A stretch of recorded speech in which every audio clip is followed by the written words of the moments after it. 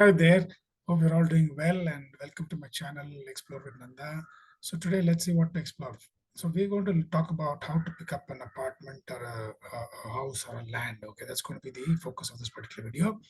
I hope you've seen my previous video on BDL sites. If you haven't, then there is a link to the video in this description below. Please check it out and then give me a thumbs up. And if you like it, and share with your families and friends, and subscribe to my channel if you haven't done till now, so that you get more such useful videos in the future. With that, let me kickstart the session. I'm going to share the screen. So there we are. So guide to buying an apartment, house, or a land, right? So let's look at it. Why buy a property? It's a very obvious question, right? Why buy a property? Why can't I rent it out? Which is also valid. Okay. So depending upon the context and in the situation where you are and what stage of life you are, basically buying a property or renting a property makes sense. But again, it's a topic in itself, and I'm not going to go into that in this video. This video is going to be only about buying a property. Okay. So why buy a property? When and where to buy? Okay, should I buy an apartment, villa, or a house? What type of apartment, villa, or a house? These are all the confusion which comes in when you actually decide to go ahead with the property. Due diligence. What kind of surveys you need to do in terms of location, builder, and then also look at all the documents and approvals and whether they're in place or not. Okay. Then look at the amenities and facilities. Then inspection of the property, floor plan check. You need to do that. Physically go and inspect the property, what you're planning to buy. Complete the purchase if all the factors are good and favorable. And then once it is completed, then you do the post-purchase documentation. So these are the activities to be looked at when you want to buy an apartment or house or land. Okay, so that's what we're going to look at. Why buy a property? Extremely important. Ownership. That's the most great feeling to have. Ownership, sense of that's yours. Basically, you're the landlord. You're the absolute landlord, right? No headache of what landlords try issues and troubles and so on. So it's a ownership. You own something that's yours. Right? Property appreciation. Obviously, what you buy today is going to actually appreciate over a period of time. Then depending upon market conditions, you have phases where the loans are very cheap. So that's a great time to get in and then pick up an asset. Income tax benefits, obviously, tax benefits are there for people who are buying homes. And even first time buyers get additional benefit, so those are all things which you can actually latch onto and make an asset for yourself. Rental income, who doesn't like a second income, right? So if you have a house for rent, obviously that's a nice steady income which will come apart from your regular salary or other primary income. Capital gain benefits, when you have sold a site, sold a house or a flat, obviously, there'll be some tax kicking in terms of short-term, long-term capital gains, which you'll have to pay to the government, right? Now, instead of that, we can convert that to buying an apartment or a house, and then automatically your tax becomes zero. So that's an opportunity. And similarly, cheaper in the long run compared to renting, buying, right? So that's a general principle. But again, as I said, there are conditions and context and stage of life where you are in, where the renting can become beneficial compared to buying. But that's again a different topic altogether. Okay. As of now, generally as a principle, cheaper to buy a house. Okay, in the long run. When and where to buy. So let's look at the when part of it. When will you buy? Obviously, there should be some triggers, right? And what are the triggers? Marriage. You get married, children, families growing, elders at home, or investment, pure investment, right? So these are some of the triggers, powerful triggers, actually speaking. Then financial stability. You're doing well in the job, and then you have a lot of disposable income. So you want to buy a new house or another additional house, or probably upgrade from an existing one to new one, and so on. Government policies really have a very important role. If you see in all over India right now, and especially in Bangalore, a lot of infrastructure development is happening. So if you pick up an apartment or a house close to that, or a land close to the action, then obviously you know that the property is going to appreciate over a period of time. Market conditions, buyer's market, extremely important. There are times when, based on the economic factors, the market becomes a buyer's market. Now, where obviously you are the king, the buyer is the king, right? You have so many options to choose from, and very competitive offers for the builders, each one trying to sell his or her apartment, right? And with the best competitive price. So that's the right time to be and pick up an apartment or a house. Lifestyle, weekend homes, second home, for social events. Now, this is another trend. A lot of people want to have a weekend home where larger family, extended family can meet up and then spend a weekend together. Or if they have pets, for example, they can take the pets too, so that they can run around all the places. you know. And then similarly, there are social events for which people have specifically have some additional apartments and villas, especially villas, okay, where they host parties and networking and so on and so forth. And then there's another concept of independent living after retirement, extremely important. After retirement, people still want to continue with their independence and stay, have a life which is very similar to what they've been used to, not dependent on the children's and so on, right? And also with kids away abroad studying or probably working, now they don't want to be dependent on somebody, so they need to be in a condo, where everything is taken care. So you have a lot of old age condos where the medical facility is taken care, then the food is taken care, and then also you're part of the similar kind of profile of people. So then your networking and your social life is very active even after retirement. So a lot of people like that as well. So that's another trigger to buy a property. Where to buy, very important. Desirability factors, very important. Basically, because this varies from person to person, situation to situation, and at different stages of life. Okay, so you need to decide where you want to live. First of all, whether you want to live in a city, a happening place, or in a small town which is quiet and not and peaceful. Similarly, within the city, again, heart of the city or extension periphery, right?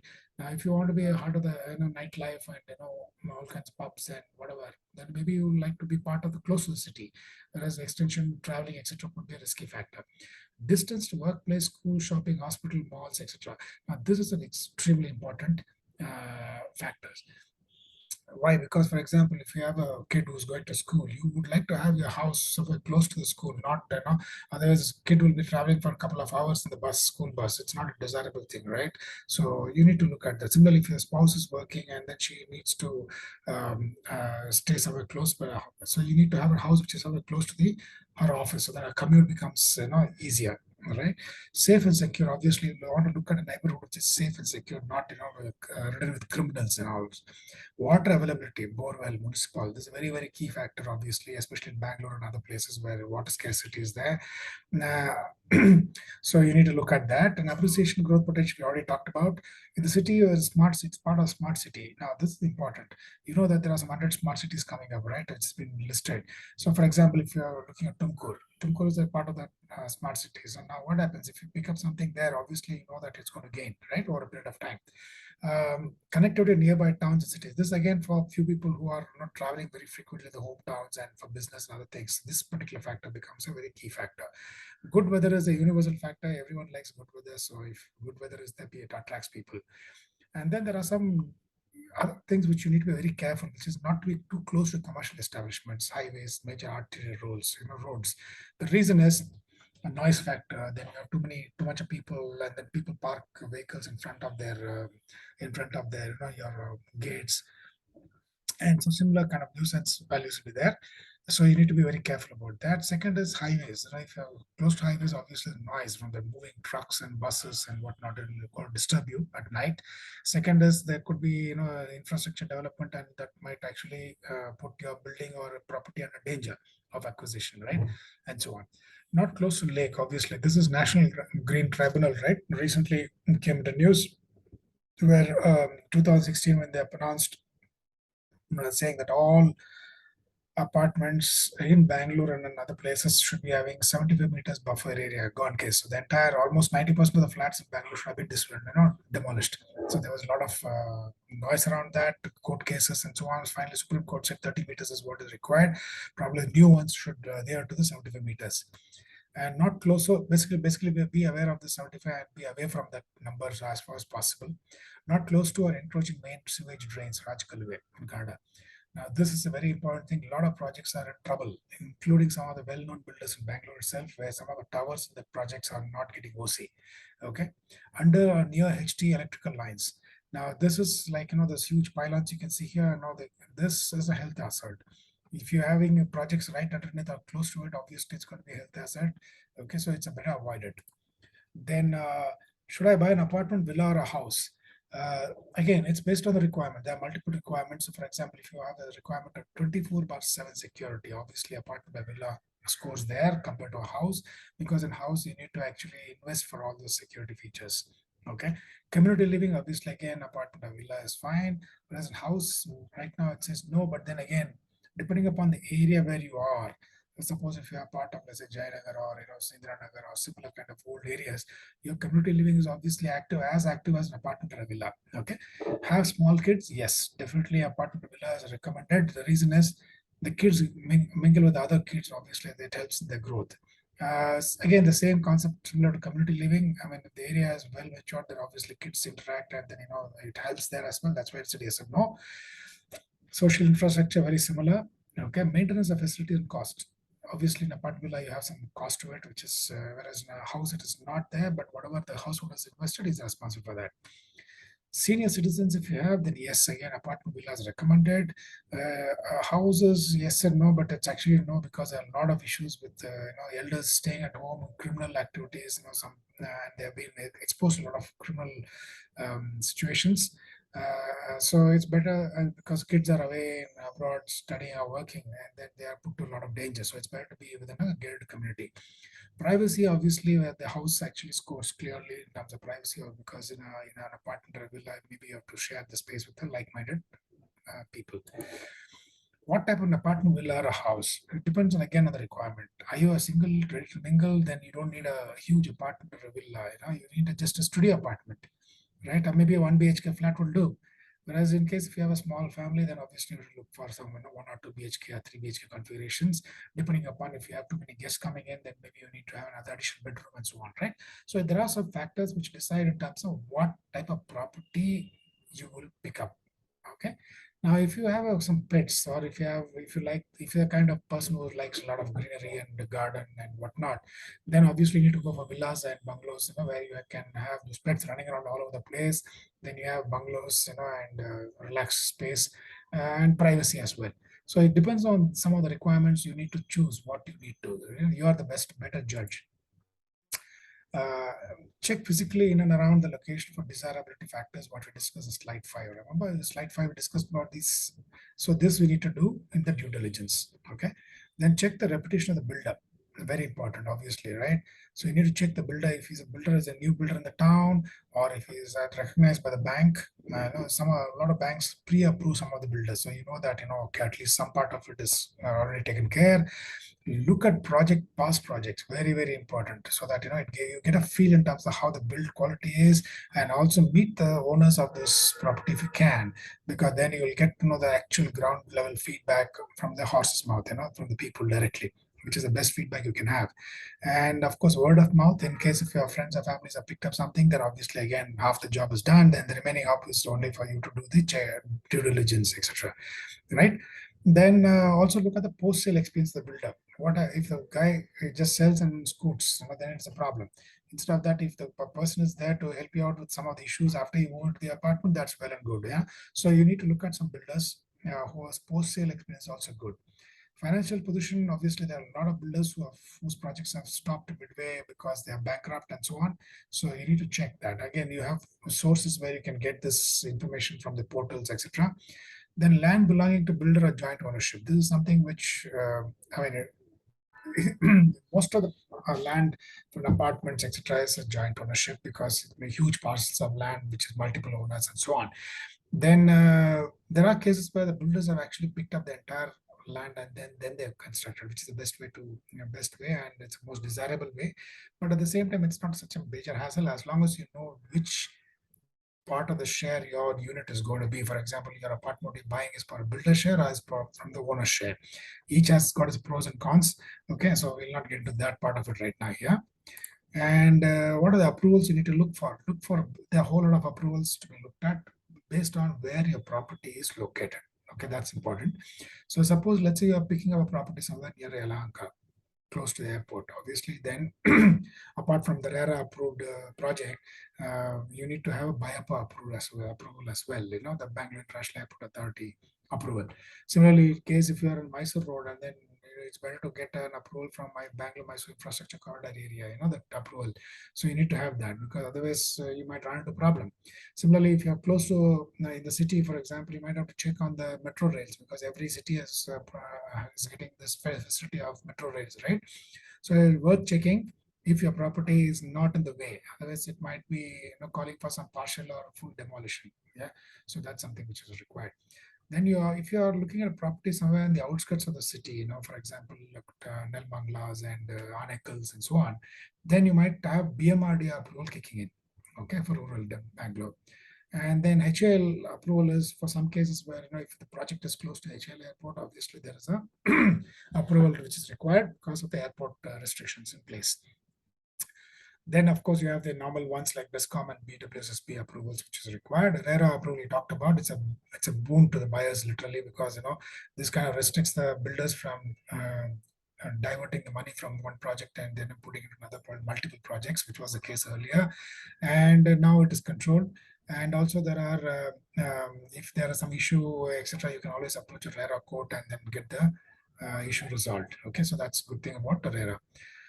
Then you also have some other approvals which are definitely required, especially, for example, the chief electrical inspector for the solar thing. Okay, and if it's a pollution control board for the STP and other things, for an apartment, for a house, you don't need that. NGT, National Green Tribunal, I talked about it. It really created a ruffled lot of feathers in the builders community when the announcement came about the 75 meters. And now, of course, there is a relief that saying it's 30 meters right now, but just be aware of this particular number and be away from it as far as possible. Then there is a CRZ approval, which is for the coastal regulatory. It doesn't apply to Bangalore, but in Kerala, we had a situation where the entire building was brought down because it was too close to the coastal area. Now, this is a extensive, busy slide, but this I'm going to make a separate video because it's a topic in itself. This documents which we require for buying large parcels of land, especially agricultural land. So typically projects, when apartments, when they're constructed, it's all running into acres of land, right? It's not just 1 acre, 2 acre, it'll be like 10 acres, 15 acres, 100 acres, and so on, mega projects. Now, obviously, it involves farmland, so builder would have actually looked at all these documents and you'll be having this kind of documents with them. So you need to check for it. So for example, recently I was looking for something in Bangalore for 8 acres property, and then I was asked by the lawyer. I went to a lawyer. I always recommend that you go where a lawyer. So he asked me some documents like the village town map, Tiffany, and HISA. Basically, it's a survey document which tells you about the survey, brief description of the survey. HISA is basically partition of the survey, bar 1, bar 2, bar 3, and so on. So then I had to put copies with, if there's a split within the family, so then there'll be subdivisions again. Then you have an Akarband document, which basically gives details about that particular survey number, total arable and unarable land. That means Karab land. Okay, Karab A and Karab B land are there, or it's also called as Karab put land. Okay, so there are different dimensions which is described in this particular document called Akarband document. Very important document for registration. If you're buying a land, you need to have this document. Then there is a land conversion certificate. You see that when you're buying a huge property, a project, when you're apartment project, obviously hundreds of acres of land, it's going to be a farmland, obviously, which has to be converted first of all. So that's a conversion certificate you need to have. Then you have a very important document called PANI, or it's called as a record of rights, tenancy, and crops, RTC. Okay, I'm short. You can get it from the portal Bhumi from Karnataka. Now, this describes in even more detail in terms of what the particular small piece of land has. It has survey number. It has the owners who are who own this particular property. It tells you in terms of the soil, the type of soil, the type of trees which are growing there, and to what extent each of the trees are being grown. For example, you might have a 3-acre property in which 1 acre is coconut, another 2 acres could be mango trees, and so on. So it describes each and every detail, and it's a very, very big document of around 28 or 10 columns. It gives you all the details about that particular property. So it's an extremely important property you need to have for registration purpose. Then let's assume that you're going to pick up a land. Obviously, from the survey we have subdivisions. That. So in that survey, whatever portion of the land you're going to buy, that has to be sketched out. So that is called as a levy 11E sketch, which is required again time of registration along with Form 10 for registration. Then you also have something where SC/ST lands you cannot buy. So there's a prevention of transfer of certain lands, PTCL document, endorsement copy, right? So this means and it's saying that it's not an SC/ST land, because SC/ST land you cannot buy. No tenancy certificate saying that the person who's selling to you is the actual owner of that particular land. So that's one more document. Mutation record is change of ownership details will be captured, like or EC. Then we have the 79A and B endorsement, which was applicable till the last year. And then after that, last year they changed it, and then now we don't need to have this. This basically indicated that only the agriculture B, the section 79B was basically saying agriculturist only can buy the land, and 79A basically was like in terms of the limit. If the income was around 2 lakhs, then it became 25 lakhs, and then now of course there's no limit. So the 79A was actually talking about the limit, and then B basically talks about the who can buy it. So in this case, it was only agriculturists who can buy the land. Okay, that was a condition earlier. Now it has been removed. So that's why I said it's not applicable. Then you also have government giving land to some of the people, eligible people, based on some criteria. So they are called as grant certificates. And there's a lease period during which they can do an agriculture work. But after a lease period, if they want, they can sell it, but with a no objection certificate. They need to get a no objection certificate. Then, of course, there are some other common documents like partition deed, will gift deeds, family tree, which you need to check anyway for buying an apartment or a house as well. Okay, so you need to have that. Then NOC available to sell from other owners. This is applicable for even house as well. Partnership deed if the land belongs to trust or society. Then you have bank documents. So you need to check all these documents when you are buying a property, especially the previous slide which I talked about for the land, especially an agricultural land and so on. And for the houses, etc., you have this some of the limited documents what we have here: allotment letter, possession letter, kata, up-to-date tax, and so on. Now, for an apartment, you also have something called commencement certificate, completion certificate, and occupation certificate. This is important. This needs to be there. And OC is an important thing for you to get the utilities connections now, the electricity and water and so on. Latest guideline says that for without a OC also, Karnataka government recent notification says electricity is possible because it's termed as a necessity. Okay, so that's a possibility there. But otherwise, OC is required. Okay, otherwise it becomes an issue. Then also I have put something here called publication at least 2 newspapers. So let's assume that you're going to pick up a property, and typically this is very, very important in high value transactions. Doesn't mean that low value transaction you don't go for it. You can go for it, but it is better to advertise in a paper, a national English daily, national daily, and one regional daily, saying that you're interested in this particular property and you're going to buy it, and any objections, please revert back within 2 weeks or 3 weeks, whatever the timing is. Okay, even your lawyer can do this job for you. Extremely important. And then you can have this paper cutting as a proof of documentation saying that everything is fine in case something happens later on tomorrow as well. Okay, so this is advisable as well, especially in high value transactions. Then you look at the amenities and facilities. So you look at properties, the apartments, house, of course, it's just individual house, obviously, with some basic facilities which will be there, obviously. If it's an apartment, obviously, there are basic apartments, and there are apartments with a whole lot of features and facilities and amenities, right? Now, the question is, you as a buyer, you will have to see what is your lifestyle, what is that your immediate requirement, and probably what is the requirement a few years down the line. Based on that, you need to be practical and then choose the apartment. Otherwise, you will be ending up with for paying for facility which you're not going to use, right? So be practical and then think about it, and then buy an apartment which has a right amount of facilities, which you require for today and for probably a few years down the line. What do you do next? Inspection of the property, obviously the most important. Go and check the model apartment, get a fair idea, check natural light and ventilation, important. Okay, so how do you do this? So what you do is, let's say if there is a flat, it's a ready to move flat, and then you go and check if it's during morning time, during the afternoon time, probably evening time, to see how the light varies from time to time in the apartment during the day, so that you get a feel of it, right? Important. Then check again other things like doors and windows, which are common issues which happen sometimes, doesn't close properly and so on. Check the tiles. There will be a lot of cases where the tiles are laid hollow, not done properly. So when you tap it, you can make out from the sound and get it replaced. Otherwise, you will end up with civil work later on.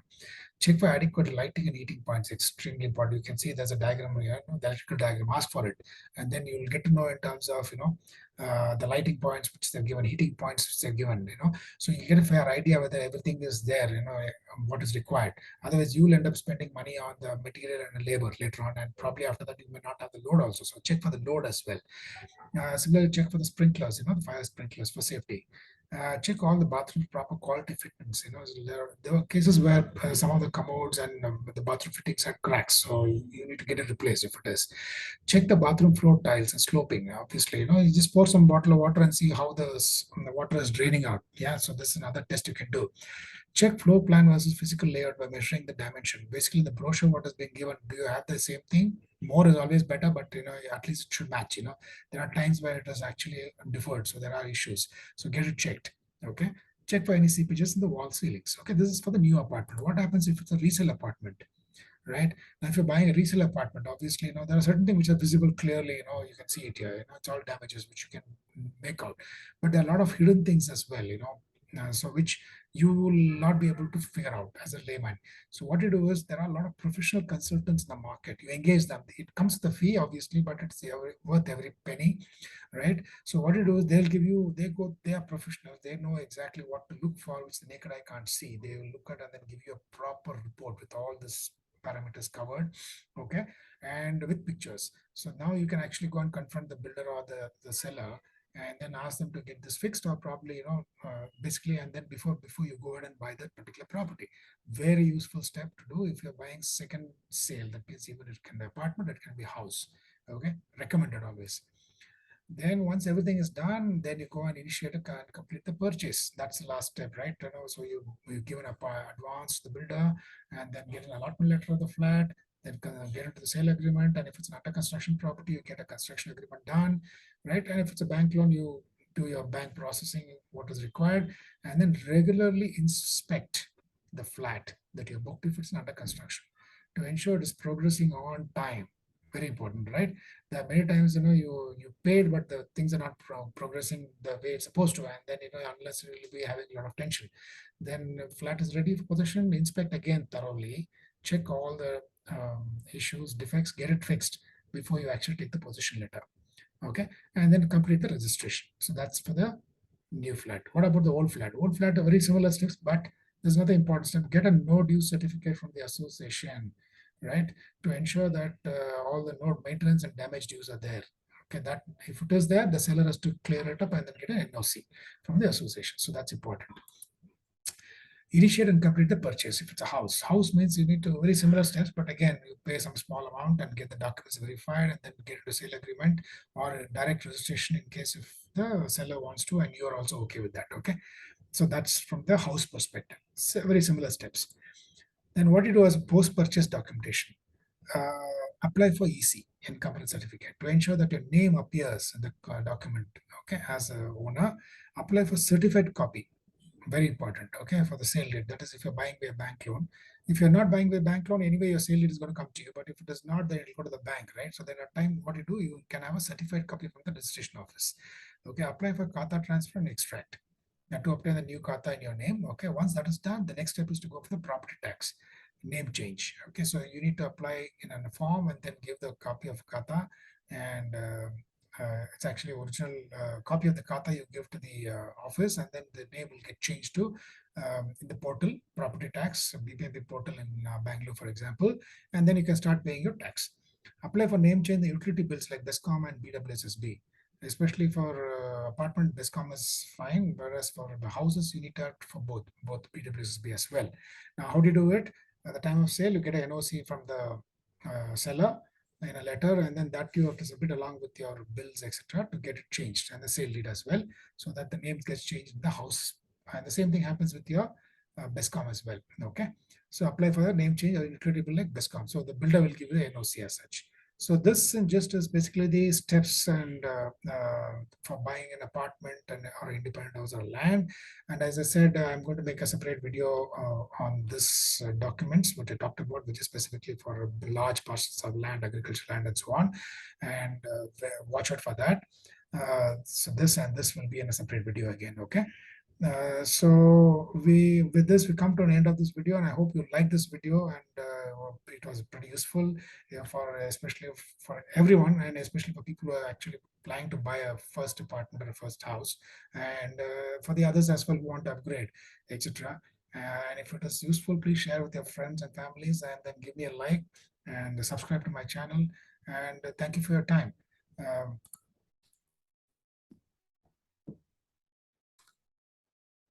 So thank you for your time again.